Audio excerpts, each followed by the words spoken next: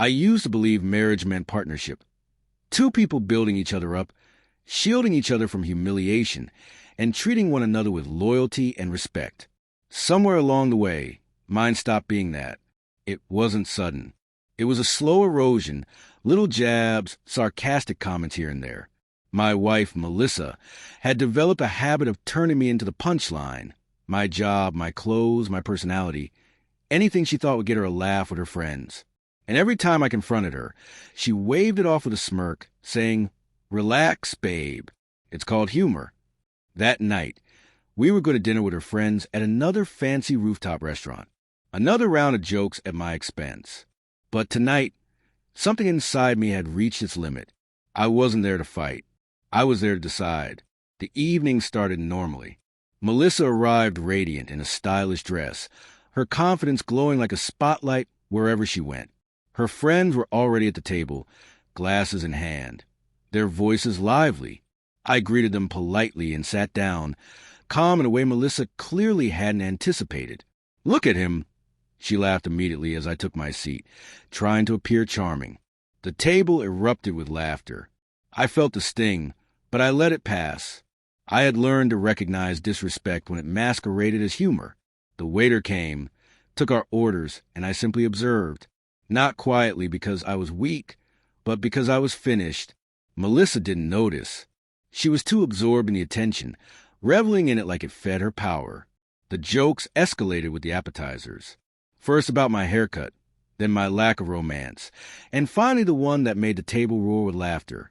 "Honestly, girls," she said, waving her wine glass, "if I ever get bored enough, I might trade him in for someone with an actual personality." Glasses clinked, heads threw back, and Melissa smirked, tapping my shoulder. "Relax, babe. Just joking." There was again the line she believed excused everything. But this time, her words landed differently. It wasn't humor. It was humiliation. My heartbeat remained steady, not racing. That was when I knew. She had no idea how close she was to losing everything. Her friends chattered on, but I barely listened. I thought about our years together, the early days when she supported me, admired me, when I felt like her partner rather than her joke. Those days felt distant. Melissa had become someone I no longer recognized, someone who prized social approval over dignity, laughter over love. I had tried talking to her, explaining how each comment chipped away at me. Maybe she thought I would never leave. Maybe she believed my silence meant acceptance. Maybe she mistook patience for weakness. But tonight wasn't about convincing her. It was about reclaiming myself. Dinner arrived. Melissa continued, mocking my work habits, my lack of trendiness, even hinting that a male co-worker had better banter than me, delivered with a wink and a sip of wine. The group laughed again. I tightened my jaw for a moment, then let it soften. Instead of anger, I felt clarity. I didn't raise my voice. I didn't offend myself. I folded my napkin neatly, placed it beside my plate, and stood. Melissa looked up mid-laugh, confused. "Where are you going?" she asked, still half smiling, thinking it was part of her performance. "I'm leaving. I'm done," I said calmly. The table fell silent.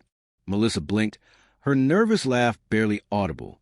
"This," I said, gesturing toward her, "is disrespect, not humor. I won't be your punchline anymore." The air shifted. Her friends realized the jokes weren't funny in real life. Melissa's smile faltered, pride draining from her face. "Babe, it's just jokes," she stammered, voice trembling. "Jokes," I repeated, "and now here's mine. I'm walking away for good." I didn't yell. I didn't slam doors. I simply turned and walked out, calm, steady, at peace. Behind me, I heard her voice rise. "Wait, what are you doing? Come back. You're embarrassing me." The irony made me almost smile. After years of her using my dignity as entertainment, I left her in her own embarrassment. Outside, the air felt fresh in a way it hadn't in years. I didn't rush. I walked deliberately, a man who had chosen himself again. I ignored her calls, didn't reply to messages, packed a bag, booked a hotel, and walked away from the house, the marriage, and the version of her that only valued me when no one was watching. The messages kept coming, confused, angry, panicked. You're overreacting. Come home. Please don't do this. I left them unread. Later that night, she came home crying, mascara streaked, voice broken. You can't leave over a joke, she begged. But it wasn't one joke. It was years of humiliation disguised as humor. I'm not angry, I told her softly. I'm free. Freedom is hard to give up. I need someone who lifts me up, not someone who laughs while tearing me down. She reached for me, but I stepped back. It was done. She tried apologies, tears, promises to do better. For a while, I considered it, until she slipped again, making a snide remark to a friend on the phone, thinking I wasn't listening. Habits don't vanish in a week. I left not because I hated her, but because I loved myself enough to stop accepting disrespect. I told her separation papers would arrive soon. She cried, begged, blamed me. The predictable cycle of someone who never thought they could lose what they took for granted. But I stayed steady. I was done being the joke in my own marriage. Months later, I met someone new. Someone kind, confident without needing an audience, who valued and protected my dignity. Sometimes I think of Melissa, not with anger, but clarity. She never understood that what she called jokes were actually wounds. And when I walked out that night, she thought it was a moment. She didn't realize it was the end.